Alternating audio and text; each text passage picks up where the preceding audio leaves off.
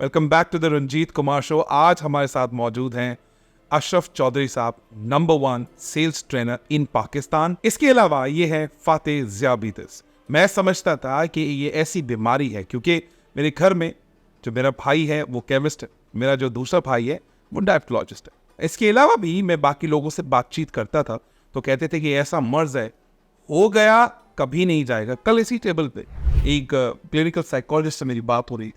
उन्होंने कहा कि रंजीत, जब बीपी का मर्ज लगता है और ज़ियाबितिस का मर्ज लगता है कि इसका मतलब है गोली ही इलाज है, क्योंकि ये क्यूरेबल नहीं है, मैनेजेबल है।